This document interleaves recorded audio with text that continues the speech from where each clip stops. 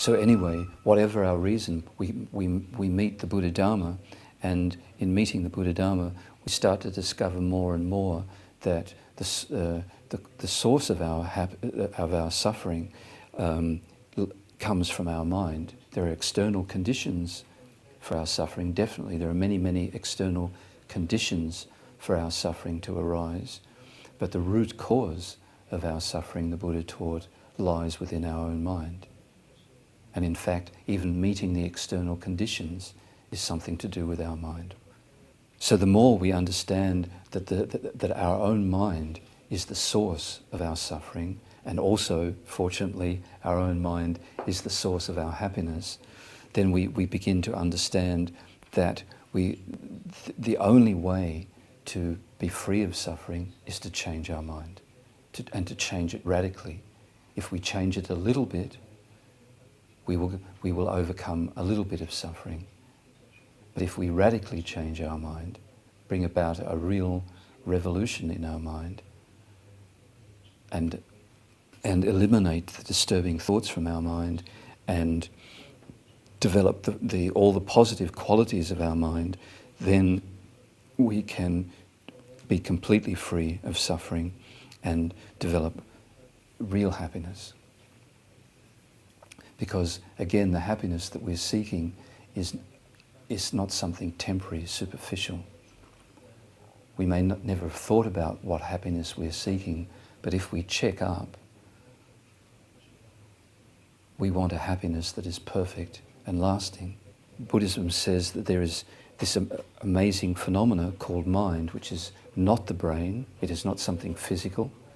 It is something formless, not having any qualities of physical matter.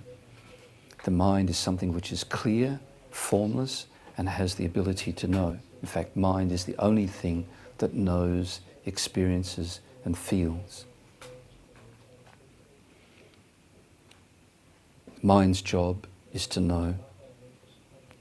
In every way, the word know, we can analyze this word and discover that there are many ways to know. Right now, we ourselves know in quite indirect and superficial ways, mostly through concepts, mostly through reading, being told things by others. So right now, we are knowing in a very limited way. This is because our mind is being prevented from knowing perfectly, completely by the disturbing thoughts that all of us have. So we can imagine what it would be like without these disturbing thoughts. None of them whatsoever.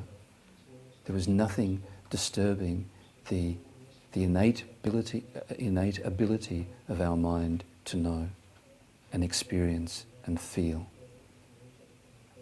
Yeah. I think this would be an amazing experience.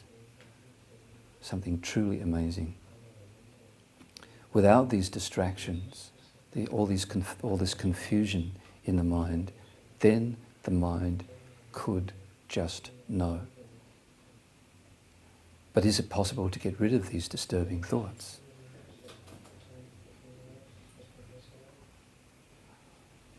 So this is also a very big question. This is what the whole Buddha Dharma is about.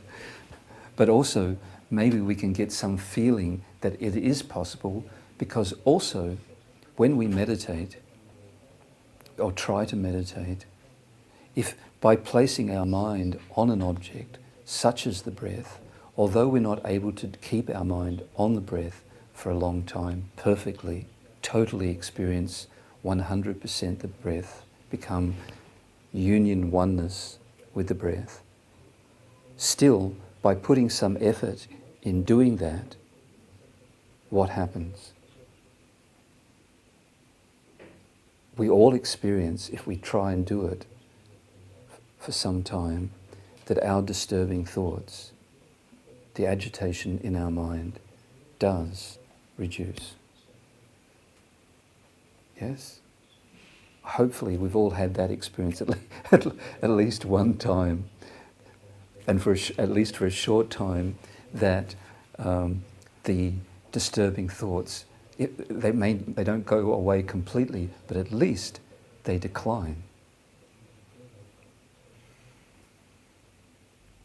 This is actually an indication that these disturbing thoughts have no power from their own side to control the mind.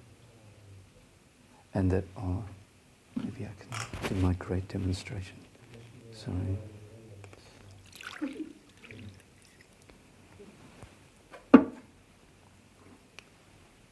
Normally, center directors don't like this demonstration because I destroy that. But normally, our mind is like that. That is our mind, completely shaken, disturbed. But if I stop shaking this water, which will make the director very happy, then what happens? The water returns to its natural state. It isn't natural for water to be agitated. Something else is doing that.